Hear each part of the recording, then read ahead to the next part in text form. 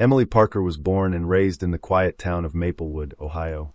Her parents, Richard and Ann Parker, were well-respected members of the community. Richard owned a local hardware store, while Ann was a nurse at the nearby hospital. Emily, the middle child with an older brother Jack and a younger sister Sarah, was the apple of her parents' eyes. From an early age, Emily exhibited a zest for life. She was an exceptional student, excelling in her studies and participating in various extracurricular activities. Her passion for teaching emerged during her high school years. Inspired by a history teacher who brought the past to life in vivid detail, Emily pursued her dream by attending Ohio State University, where she earned her degree in education. After college, Emily returned to Maplewood and secured a teaching position at the local elementary school.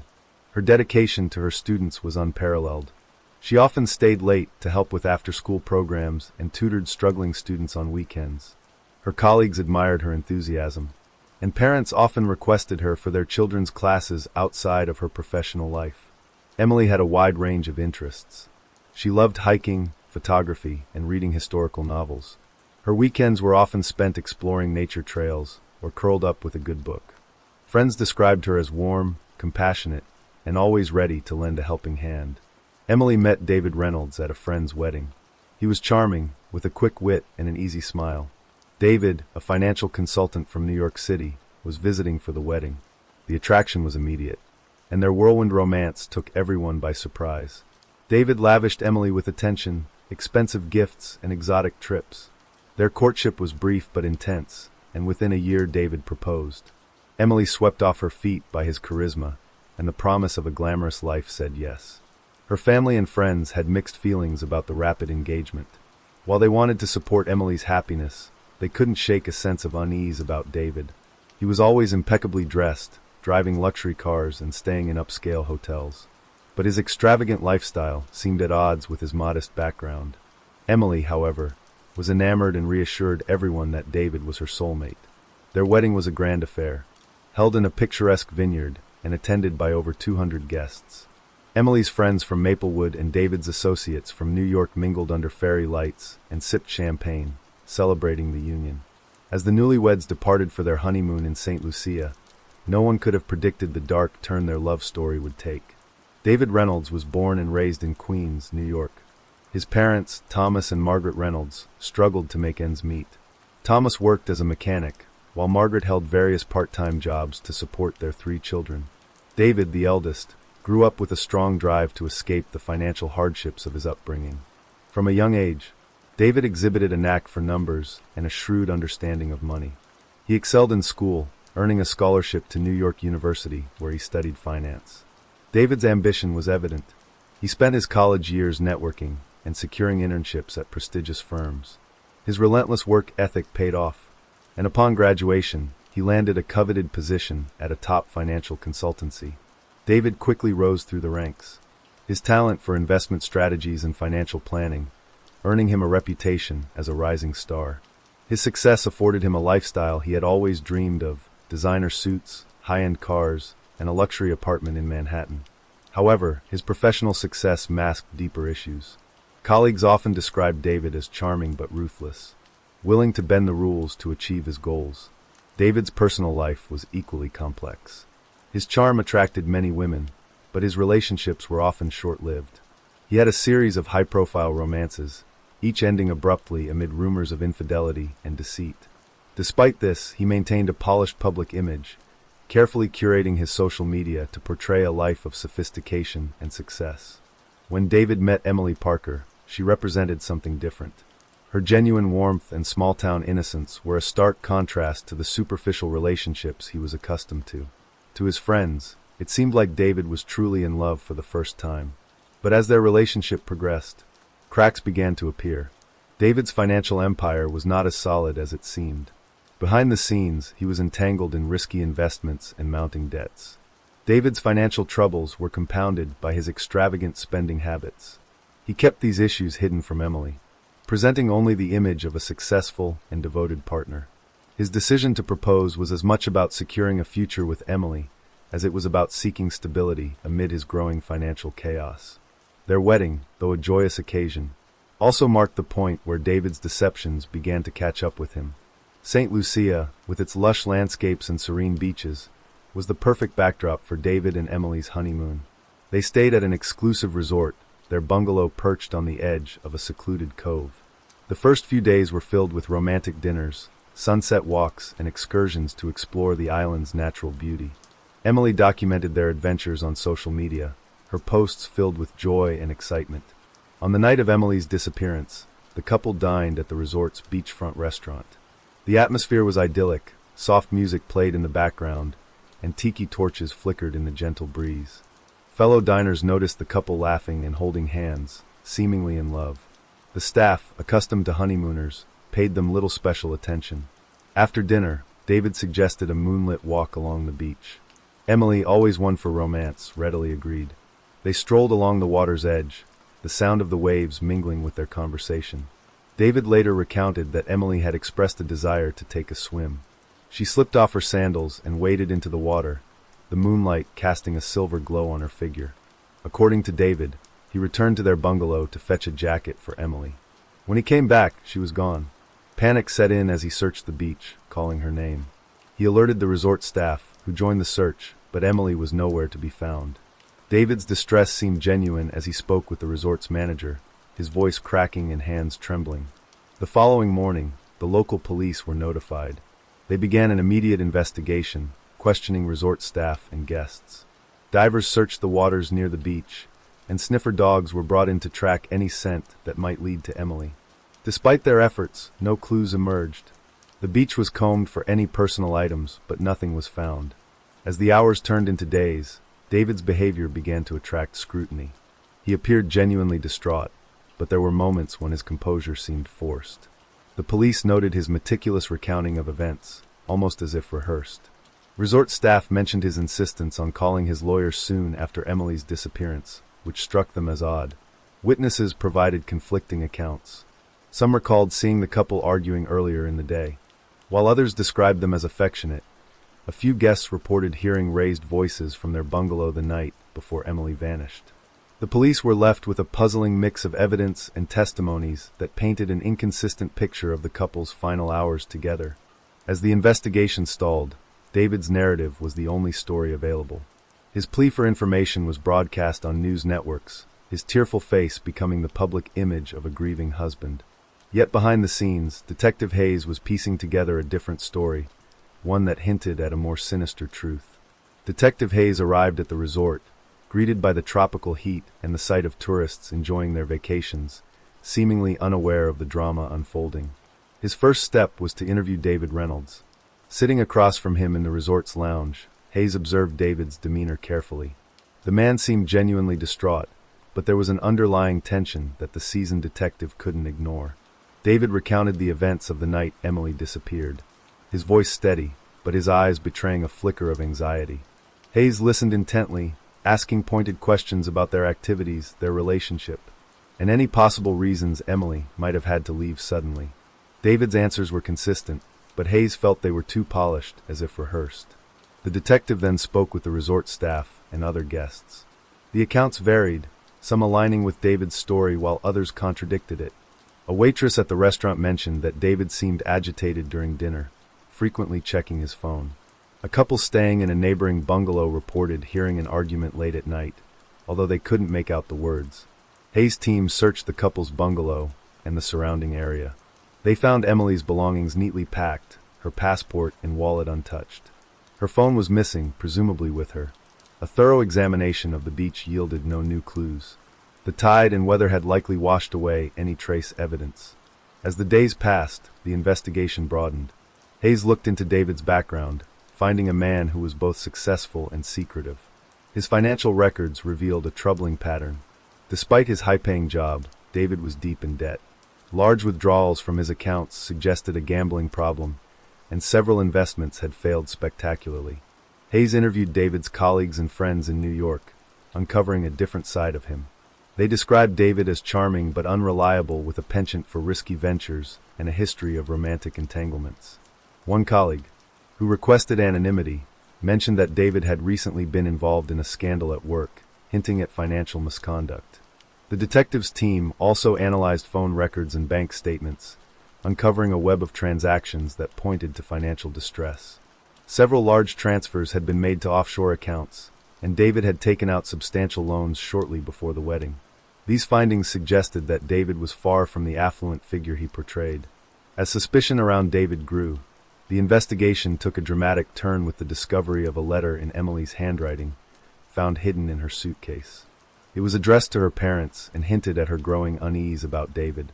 She wrote about discovering discrepancies in his stories and financial dealings, expressing fear that she had made a terrible mistake in marrying him. The evidence was mounting, and Detective Hayes felt the pieces of the puzzle starting to come together. But without Emily, the case remained frustratingly incomplete. The detective was determined to uncover the truth, knowing that the facade of the perfect honeymoon was hiding something far more sinister. The financial investigation into David Reynolds' affairs revealed a cascade of deceit. Detective Hayes and his team uncovered a complex network of bank accounts, hidden assets, and dubious transactions. David's financial empire, once thought to be thriving, was crumbling under the weight of risky investments. As Hayes delved deeper, he discovered that David had been involved in several questionable business ventures. One such venture was a failed real estate development in Florida, which had resulted in significant losses for investors. Another was a tech startup that went bankrupt, leaving David with substantial debts. These ventures, combined with his gambling habits, had drained his resources and left him in a precarious financial position. David's secret debts and business failures provided a possible motive for foul play. With Emily's disappearance, questions arose about potential life insurance policies or other financial benefits he might gain. Hayes' team found that David had recently taken out a substantial life insurance policy on Emily, raising further suspicions. Testimonies from friends and colleagues about David's character began to form a consistent narrative. They described him as someone who would do anything to maintain his image of success, even if it meant deceiving those closest to him. Emily, it seemed, had been drawn into a web of lies and financial manipulation. The mounting evidence suggested that David's involvement in Emily's disappearance was more than just circumstantial. His financial desperation, coupled with the inconsistencies in his story, pointed to a more sinister motive. As the investigation continued, Detective Hayes knew that the key to solving the case lay in uncovering the full extent of David's deceit and the secrets he had worked so hard to conceal. As the investigation deepened, another layer of David Reynolds' double life began to unfold, his extramarital affairs. Detectives uncovered a series of clandestine relationships that painted a picture of a man far different from the devoted husband he appeared to be. David's phone records and emails revealed communications with several women, some of whom he had met through his business dealings, while others were casual encounters. These relationships ranged from fleeting flings to more serious entanglements. Detective Hayes and his team meticulously tracked down and interviewed these women, each conversation revealing more about David's deceptive nature. One of the women, Laura Mitchell, a marketing executive from New York, provided crucial insight. But tumultuous. They had met at a conference a year before his wedding, and their affair continued well into his engagement with Emily. Laura was unaware of David's upcoming marriage until she saw the wedding announcement on social media.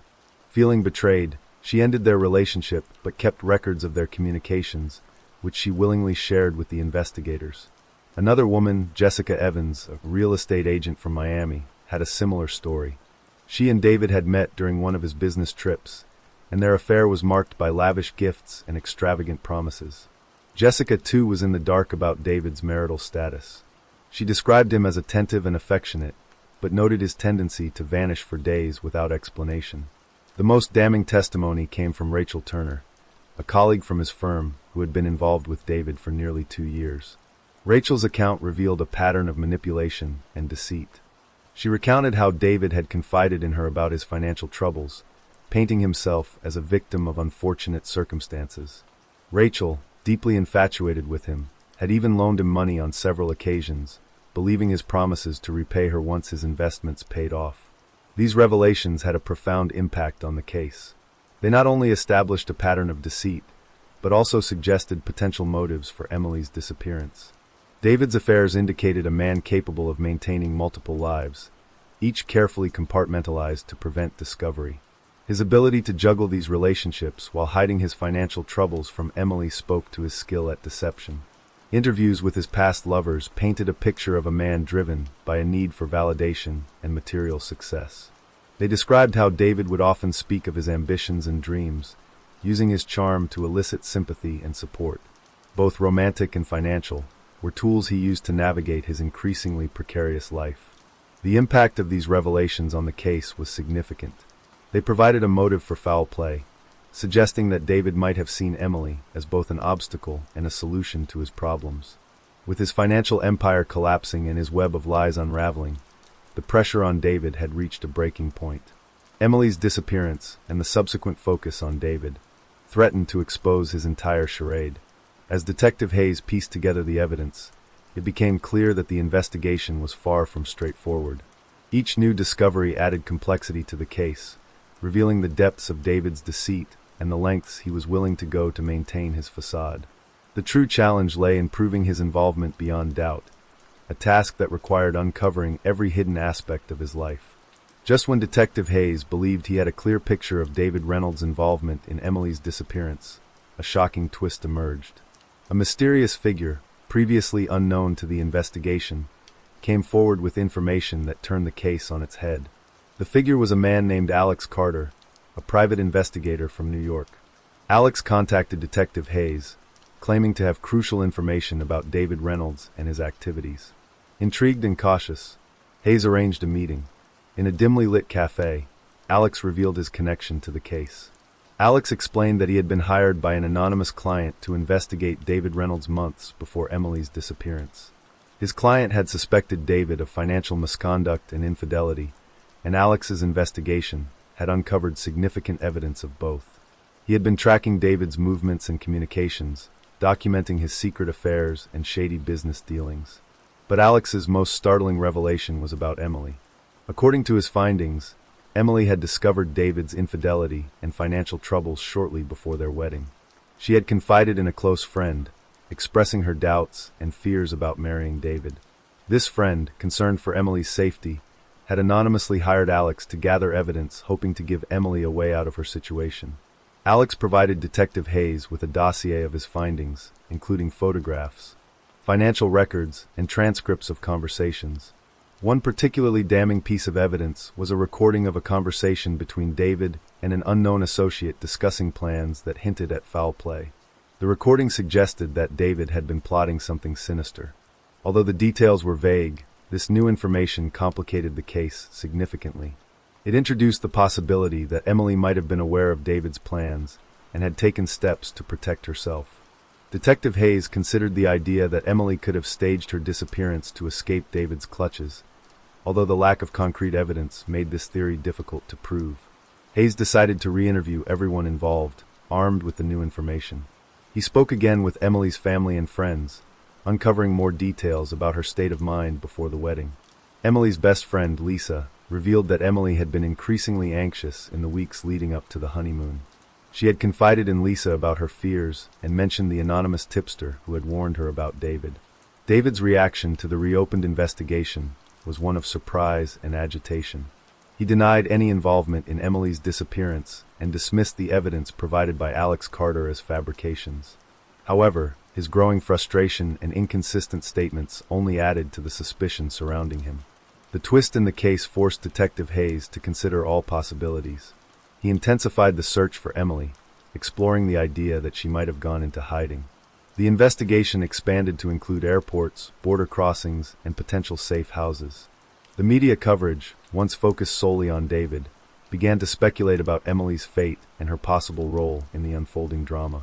As the investigation continued, Detective Hayes faced mounting pressure to solve the case. The new information from Alex Carter provided valuable leads, but it also complicated the narrative, making it harder to distinguish between victim and perpetrator. Hayes knew that the truth lay somewhere within the tangled web of deceit and betrayal, and he was determined to unravel it. The investigation into Emily Parker's disappearance stretched on for months, with Detective Hayes and his team following every lead, no matter how tenuous. The case had become a national obsession. With the media closely monitoring every development, public opinion was divided. Some believed David Reynolds was guilty of foul play, while others speculated that Emily had staged her own disappearance to escape a troubled marriage. The breakthrough came unexpectedly. A hiker in a remote part of St. Lucia discovered a makeshift campsite hidden in the dense jungle. Among the belongings were items that matched the descriptions of Emily's possessions, including a distinctive bracelet she was known to wear. The discovery reignited the investigation. With search teams scouring the area for further clues, eventually they found Emily. She was alive but severely dehydrated and disoriented. Emily had indeed staged her disappearance, driven by fear and desperation, after uncovering David's deceit and feeling trapped in the marriage.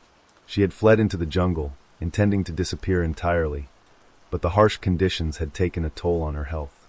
Emily's rescue brought a mix of relief and outrage.